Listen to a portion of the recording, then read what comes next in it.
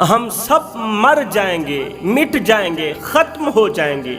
یہ سب کچھ جاننے کے باوجود بھی ہم ایک دوسرے کا جینا حرام کر رہے ہیں۔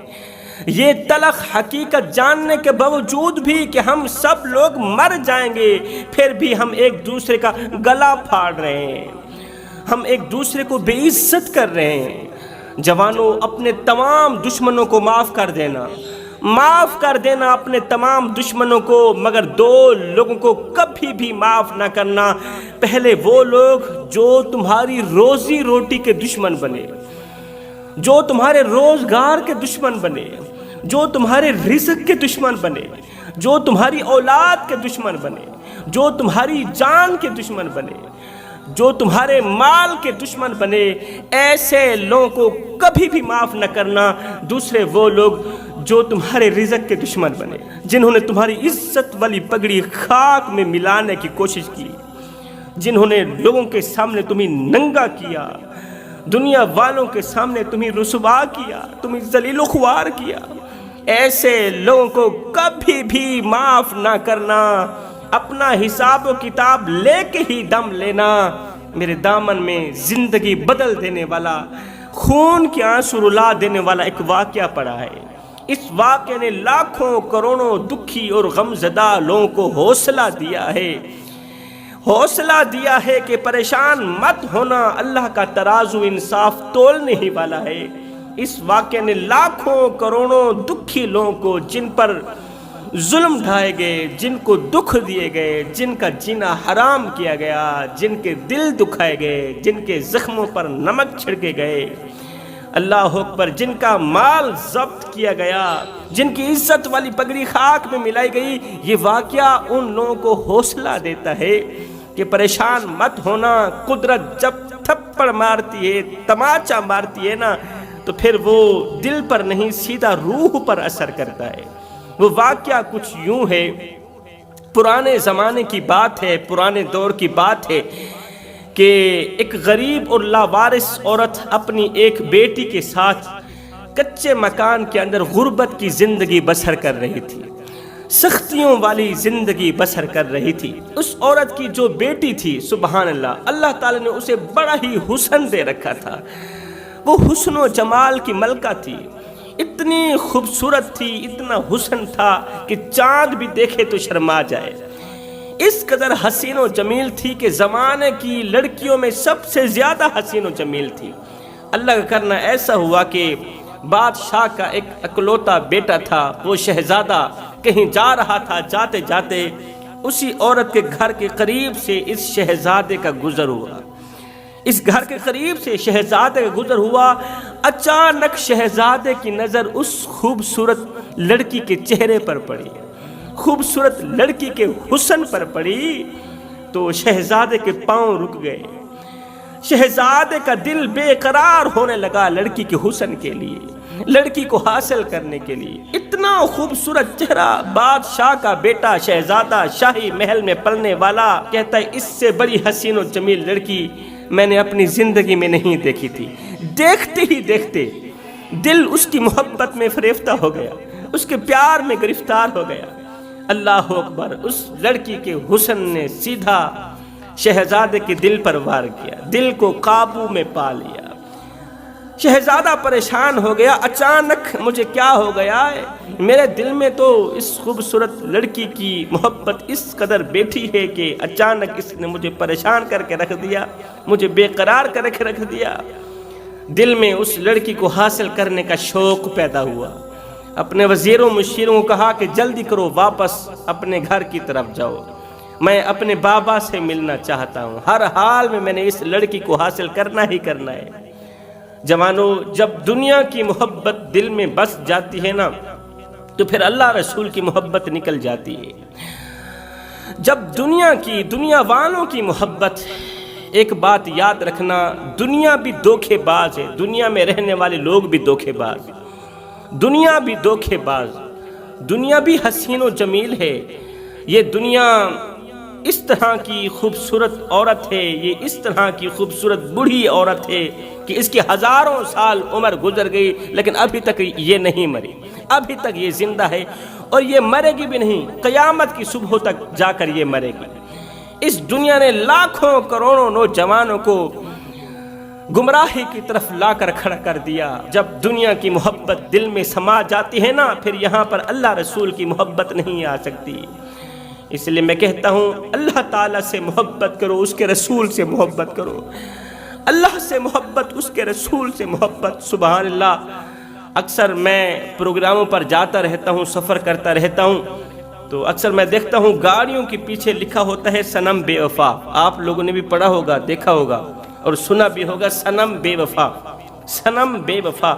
تو میں سوچتا ہوں کہ یہ جو گاڑی والا ہے جس نے اپنی گاڑی کے پیچھے، رکشے کے پیچھے لکھوایا ہے صنم بے وفا، اس نے کسی لڑکی سے محبت کی ہوگی، پیار کیا ہوگا، محبت کا دعویٰ کیا ہوگا اور لڑکی نے دھوکہ دیا ہوگا، اس طرح کا دھوکہ دیا ہوگا، یہ بیچارہ رکشے کے پیچھے، گاڑی کے پیچھے لکھوانے پر مجبور ہو گیا ہوگا کہ صنم بے وفا، کہ میرا جو صنم تھا، میرا جو دوست تھا، محبت تھی میری، میرا جو پیار تھا، میرا عشق تھا نا، وہ بے وفا نکلا، وہ بے وفا نکلا۔ میں نے کہا او نادان، تو نے محبت بھی اسی سے کی ہے جس کے اندر بے وفائی کوٹ کوٹ کے بھری گئی تھی۔ میں تجھے ایک ایسا راستہ نہ بتاؤں، میں تجھے مدینے کی چوکھٹ پر لے کر نہ جاؤں، اس رسول سے محبت کر جو اپنے محبت کرنے والوں کا ہاتھ پکڑتا ہے، قیامت کی صبح تک نہیں چھوڑتا۔ جو محبوب کملی والا میرا سونا نبی، اللہ اکبر، میں قربان جاؤں آپ کے نام پر، اس کی محبت میں مر مٹنے کا اعلان کیوں نہیں کرتا؟ اس کی محبت میں گرفتار کیوں نہیں ہوتا؟ مدینے والے کو یہاں پر جگہ کیوں نہیں دیتا؟ اللہ کی محبت کو یہاں پر جگہ کیوں نہیں دیتا؟ مدینے والے کی دوستی میں تو اس قدر وفا ہے، ایک بار محبت کرنے والے کا ہاتھ پکڑتا ہے، قیامت کی صبح تک نہیں چھوڑتا۔ تو بے وفاؤں سے دوستی کیوں لگاتا ہے؟ تو بے وفاؤں سے یاری کیوں لگاتا ہے؟ بے وفاؤں سے دوستی کرے گا، اپنی زندگی پر داغ لگا بیٹھے گا۔ قصہ مختصر جوانوں، شہزادے نے پیچھے گھر کی طرف رخ کیا، وزیروں کو کہا کہ اس گھر کی نشاندہی کرو، کل میرے بابا کو اس گھر کا نشان بتانا، اس گھر کا پتہ بتانا۔ وزیروں کے ساتھ یہ شہزادہ واپس شاہی محل کی طرف چلا گیا۔ شام ہو چکی تھی، جیسے ہی شاہی محل کے اندر داخل ہوا، کمرے کے اندر لیٹا ہوا ہے، دل بے چین ہے، دل بے قرار ہے، دل بے اطمینانی کا سبب ہے، کیونکہ دل میں خوبصورت لڑکی کی محبت بیٹھ گئی تھی، عشق ہو گیا تھا، پیار ہو گیا تھا۔ یہ نفس پرست تھا، شہوت پرست تھا، اس لیے تو اقبال نے کہا کہ ایسا نہیں کہ نفس کا شیطان مر گیا، ارے شیطان تو ہے زندہ، شیطان تو ہے زندہ، انسان مر گیا۔ سجدوں پہ سر جھکانے کی فرصت نہیں رہی، مومن کی روح میں بسا مسلمان مر گیا۔ مسجد تو پکی بن گئی اور شاندار بھی، کچی ہیں رب سے چاہتیں، ایمان مر گیا۔ حیرت ہے تیری قسمت پہ اے اقبال، پیدا ہوا تھا خوشنما، ویران مر گیا۔ ساری رات دل بے چین رہا، دل بے قرار رہا، ساری رات خوبصورت لڑکی کی تصویر آنکھوں کے سامنے گھومتی رہی، پھرتی رہی، اس کو اور زیادہ بے چین کرتی رہی، اور زیادہ بے قراری کی دلدل میں پھنساتی رہی۔ صبح ہوئی، بادشاہ اٹھا، دسترخوان لگ گیا، ناشتے کے لیے، کھانے پینے کے لیے دسترخوان لگ گیا۔ بادشاہ نے وزیر کو کہا جاؤ میرے شہزادے کو اٹھا کر لاؤ۔ وزیر گیا، اس نے شہزادے کے کمرے کا دروازہ کھٹکھٹایا، شہزادہ باہر نکلا۔ جب دسترخوان پر بیٹھا، جب بادشاہ کی نظر بیٹے کے چہرے پر پڑی تو بیٹے کے چہرے پر پریشانیوں کے آثار تھے، غمگینگیوں کے آثار تھے، بیٹا بڑا ہی پریشان تھا۔ بادشاہ نے کہا او میرے لخت جگر، میرے نور نظر، تو میرا اکلوتا بیٹا ہے، تو میرا ایک ہی شہزادہ ہے، منتیں مان مان کر میں نے تجھے اللہ سے مانگا، اللہ سے حاصل کیا، اور تیرے چہرے پر غمگینگی بیٹے، تیرے چہرے کی غمگینگی مجھے مار دے گی، میرا جگرا پھاڑ دے گی، تو میرا اکلوتا بیٹا ہے، تو ہی تو میرا سب کچھ ہے۔ بیٹے تو بتا کیوں پریشان ہے؟ تیرے چہرے پر مسکراہٹ لانے کے لیے، تیرے چہرے پر خوشیاں لانے کے لیے اگر آسمان سے تارے بھی توڑ کے لانے پڑے تو میں لانے کے لیے تیار ہوں۔ تیرے چہرے پر خوشیاں لانے کے لیے اگر سارا خزانہ بھی کیوں نہ قربان کرنا پڑے تو میں قربان کرنے کے لیے تیار ہوں۔ بیٹے جلدی بتا کس چیز نے تجھے اس قدر پریشان کیا؟ تو اس بیٹے نے کہا ابا حضور میری زندہ لاش تو تیرے قدموں پر پڑی ہے، اللہ اکبر، لیکن میرا دل میری محبوبہ کے قدموں پر پڑا ہے۔ میری زندہ لاش تیرے قدموں میں پڑی ہے لیکن میرا جو دل ہے نا وہ میری محبوبہ کے قدموں میں پڑا ہے۔ ابا مجھے ایک لڑکی سے محبت ہو گئی ہے، پیار ہو گیا ہے، محبت بھی کچھ اس طرح کی ہوئی ہے کہ وہ مودت کی شکل اختیار کر گئی ہے۔ ابا جس طرح مچھلی کو پانی کے ساتھ مودت ہوتی ہے نا، مچھلی پانی کے بغیر زندہ نہیں رہ سکتی، تیرا شہزادہ بھی اس لڑکی کے بغیر زندہ نہیں رہ سکتا، نہیں رہ سکے گا۔ اگر تو اپنے بیٹے کو زندہ رکھنا چاہتا ہے تو پھر جلدی سے بیٹے کی اس لڑکی سے شادی کر دے۔ باپ نے کہا بیٹا یہ تو چٹکی کا کام ہے، تیری آج ہی پریشانی ختم کرتا ہوں، تیری پریشانی کا علاج آج سے ہی کرتا ہوں۔ بادشاہ نے وزیروں کو ہمراہ لیا، نشاندہی کرنے والے وزیر بادشاہ کے ساتھ چلے۔ چلتے چلتے بادشاہ اسی مقام تک جا ہی پہنچا، اس غریبہ کے گھر جا ہی پہنچا، غریب اور مفلس عورت کے گھر جا پہنچا۔ بادشاہ نے دروازہ کھٹکھٹایا، دستک دی تو اندر سے وہ خوبصورت لڑکی باہر نکلی۔ بادشاہ کو دور سے دیکھتے ہی اس خوبصورت لڑکی کی ماں سمجھ گئی تھی کہ بادشاہ کی تباہی کا وقت آ گیا ہے، اب بادشاہ کی بربادی کا وقت آ گیا ہے۔ بادشاہ کو ذلیل و رسوا ہونے سے کوئی نہیں روک سکتا، اس لیے کہ میرے اللہ کا ترازو صرف انصاف ہی تولتا ہے۔ میرا مقدمہ اللہ کی عدالت میں پیش ہو گیا ہے، اللہ میرا انصاف کرنے والا ہے۔ وہ عورت سمجھ گئی تھی حقیقت کیا ہے، ماجرا کیا ہے، راز کون سا ہے۔ آگے سنیے جانیے، پھر شکر ادا کرنا کہ لوگوں نے تمہیں دکھ دیے، تمہاری عزت پر وار کیا، تمہیں زمانے والوں کے سامنے رسوا کیا، ذلیل کیا، اور تم نے اللہ پر چھوڑ دیا۔ اب دیکھنا اللہ تعالیٰ کس طرح کا انصاف کرتا ہے۔ وہ عورت دور سے دیکھتے ہی سمجھ گئی تھی۔ اب اس عورت نے خود کو پردے میں ڈھانپ لیا۔ جب بادشاہ نے دروازہ کھٹکھٹایا تو عورت نے اپنی خوبصورت بیٹی کو باہر نکالا، جا سن کیا کہتا ہے۔ خوبصورت بیٹی باہر نکلی، ہاں جی کیا کہنا چاہتے ہو؟ اس نے کہا کہ میں اپنے شہزادے کے لیے تیرا ہاتھ مانگنے آیا ہوں، شہزادے کے لیے تیری شادی مانگنے آیا ہوں، تجھے بہو بنانے آیا ہوں، جا کر اپنی ماں سے پوچھ تیری ماں کہاں ہے، اس کو باہر نکال۔ کہنے لگی میری ماں پردے میں ہے، وہ غیر محرم مرد سے نہ سامنے آتی ہے اور نہ ہی بولتی، نہ ہی ملتی ہے، میری ماں اندر سے باہر نہیں نکلے گی، جو بات کہنی مجھے ہی کہہ۔ بادشاہ نے کہا جاؤ اپنی ماں سے پوچھ کے آؤ۔ یہ لڑکی ماں کے پاس گئی، بادشاہ اپنے شہزادے کے لیے تیری بیٹی کا ہاتھ مانگنے آیا ہے۔ ماں تو پہلے سے ہی سمجھ چکی تھی، ماں نے حامی بھر لی۔ بادشاہ حامی کی خبر سنتے ہی اللہ اکبر خوشی خوشی واپس شاہی محل کی طرف آیا، بیٹے کو مبارکباد دی، بیٹے کل تیری بارات ہے، تیار ہو جا۔ اب دوسرے دن شاہی محل میں بادشاہ کے شہزادے کی شادی کی تیاریاں شروع ہو گئیں۔ دوسرے دن بادشاہ بڑی دھوم دھام سے ڈھول بجانے کے ساتھ ساتھ، ڈھول باجے کے ساتھ ساتھ بارات لے کر غریبہ عورت کے کچے مکان پر پہنچ گیا۔ غریب اور مفلس عورت کے کچے مکان پر پہنچ گیا بارات لے کر۔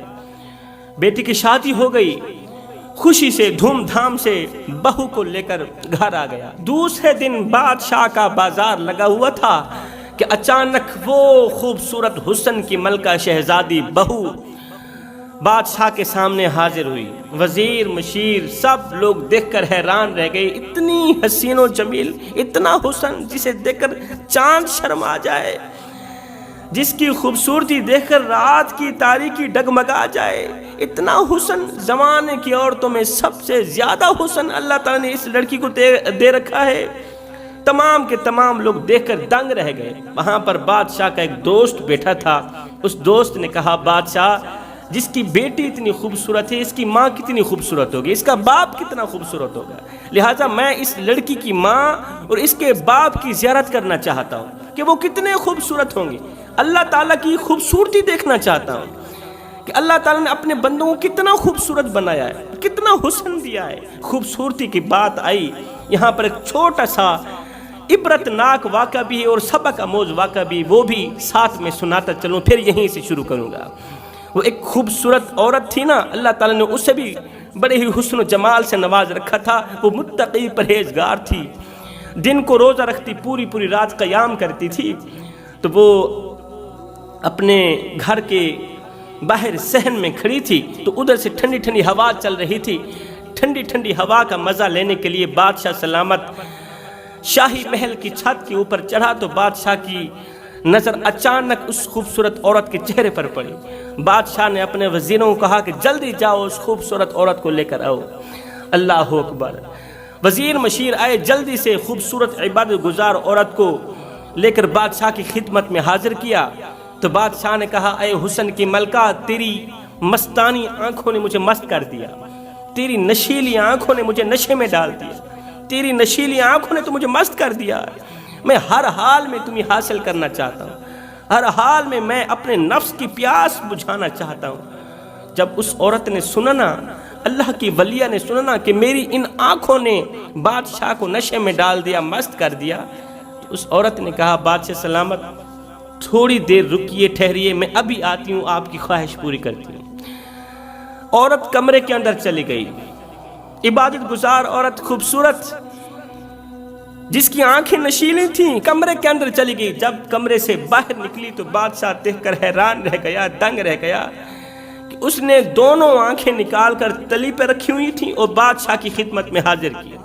لیجئے بادشاہ سلامت، جن نشیلی آنکھوں نے تمہیں مست کیا تھا نا، جن آنکھوں نے تمہیں گناہ کرنے پر مجبور کیا، مجھے ان آنکھوں کی ضرورت ہی نہیں ہے. میری جن آنکھوں نے، جن نشیلی آنکھوں نے تمہیں گناہ کے نشے میں ڈالا، گناہ کرنے پر مجبور کیا، مجھے ان پلید آنکھوں کی ضرورت ہی نہیں ہے. خوبصورت عبادت گزار نے اپنی وہ آنکھیں نکال دی، ختم کر دی. اللہ اکبر. جوانوں، اللہ کو حاصل کرنے کی کوشش کرو، اللہ کی محبت دل میں بٹھانے کی کوشش کرو. اللہ کے عشق میں، اللہ کی محبت میں، اللہ کی مودت میں، مدینے والے کے عشق میں، معرفت الہی میں، خشیت الہی میں ایک وہ مقام بھی آتا ہے کہ دعا تو رہی بڑی دور کی بات، انسان صرف سوچتا ہے، ہاتھ اٹھانے کی ضرورت بھی نہیں پڑتی، صرف سوچتا ہے میرا اللہ پوری کر دیتا ہے. خیر، بادشاہ کا دربار لگا ہوا تھا. خوبصورت لڑکی کو دیکھ کر بادشاہ کا دوست بولا بادشاہ سلامت، اس کے باپ کو دیکھنے کا دل میں شوق پیدا ہوا ہے، میرا دل چاہتا ہے، میرا جی چاہتا ہے کہ میں اس کے باپ کی زیارت کروں اور اس کی ماں کی زیارت کروں. بادشاہ نے وزیروں کو کہا کہ جلدی جاؤ، اس کا باپ تو کب کا مر گیا ہوگا کیونکہ وہ شادی میں موجود نہیں تھا، اس کے گھر میں اکیلی ماں ہی ہے، جاؤ اس کی ماں کو لے کر. وزیر مشیر گئے، زبردستی اس کی ماں کو لے کر بادشاہ کے سامنے کھڑا کر دیا. بادشاہ نے کہا اے حسن کی ماں، اے خوبصورت، اے میری خوبصورت بہو کی ماں، اپنے چہرے سے نقاب اٹھا، پردہ اٹھا، ہم تیرے چہرے کی زیارت کرنا چاہتے ہیں، ہم تیرے حسن کی زیارت کرنا چاہتے ہیں. جس کی بیٹی اس قدر خوبصورت ہے وہ ماں کتنی خوبصورت ہوگی. اللہ اکبر. بادشاہ نہیں جانتا تھا کہ آج کا دن اس کے لیے بہت بڑی ضلالت لے کے آنے والا ہے. یہ لمحہ اس کے لیے بہت بڑی تباہی کا لمحہ ہے، بہت بڑی ضلالت کا لمحہ ہے. بادشاہ نہیں جانتا تھا کہ یہ حسن کی ملکہ شہزادی مجھے تباہ و برباد کرنے آئی ہے، مجھے ذلیل و رسوا کرنے آئی ہے، کیونکہ آج ہی تو اللہ کی عدالت میں مقدمہ پیش ہوا تھا. آج تو انصاف کا دن ہے نا، کیونکہ اللہ کا ترازو صرف انصاف ہی تولتا ہے نا. بادشاہ نے کہا اے حسن کی ملکہ شہزادی، اپنے چہرے سے نقاب اٹھانا، ہم تیری زیارت کرنا چاہتے ہیں. جیسے ہی اس عورت نے اپنے چہرے سے پردہ ہٹایا، بادشاہ نے جیسے ہی اس عورت کا چہرہ دیکھا، دیکھتے ہی دیکھتے بادشاہ کے پاؤں تلے زمین ہلنے لگی، بادشاہ کے پیروں سے زمین نکل گئی. بادشاہ حیران ہو کر کہنے لگا تو ابھی تک زندہ ہے؟ اس نے کہا ہاں ہاں ہاں میں زندہ ہوں. تو نے مجھے پہچانا ہے یا نہیں پہچانا؟ بادشاہ نے کہا میں نے نہیں پہچانا. اس نے کہا میں وہی غریب عورت ہوں، وہی غریب عورت ہوں جس کے 2 بچے 3 دن سے بھوکے تھے اور میں تیرے گھر میں غربت کا کشکول لے کر آئی تھی، بھیک مانگنے کے لیے آئی تھی، اللہ کے نام پر کچھ مانگنے کے لیے آئی تھی، مدد مانگنے کے لیے آئی تھی کہ خدا را مجھے روٹی کا ٹکڑا دے دو، میرے بچے 3 دن سے بھوکے ہیں، اگر آج انہیں روٹی نہ ملی تو وہ مر جائیں گے، بھوک برداشت نہیں کر پائیں گے. لیکن تیرے جیسے خبیث انسان نے جب میرا چہرہ دیکھا تو تیری نیت بدل گئی.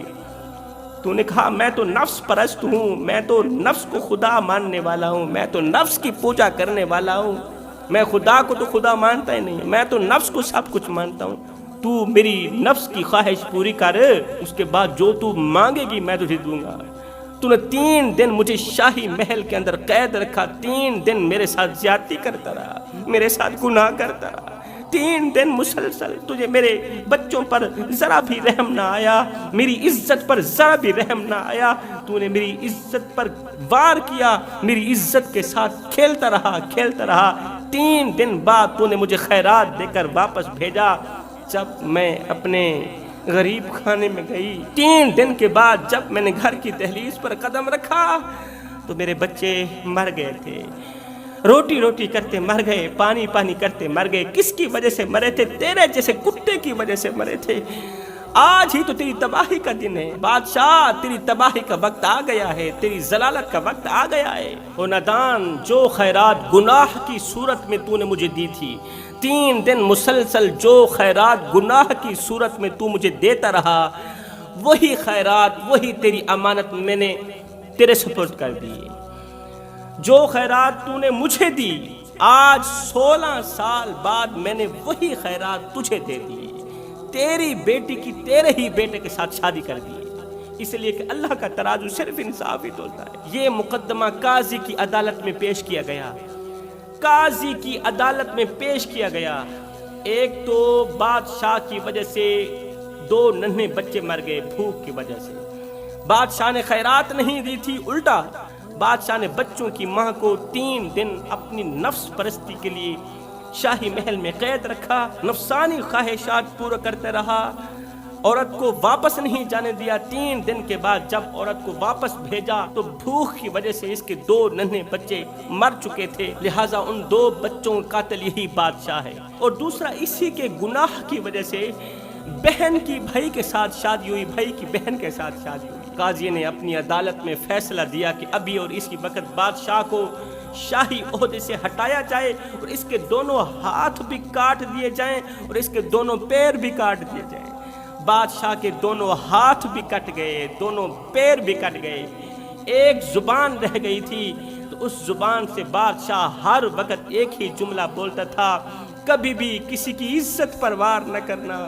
لوگوں, کبھی بھی کسی کی عزت پر وار نہ کرنا, کسی کی عزت کے ساتھ مت کھیلنا.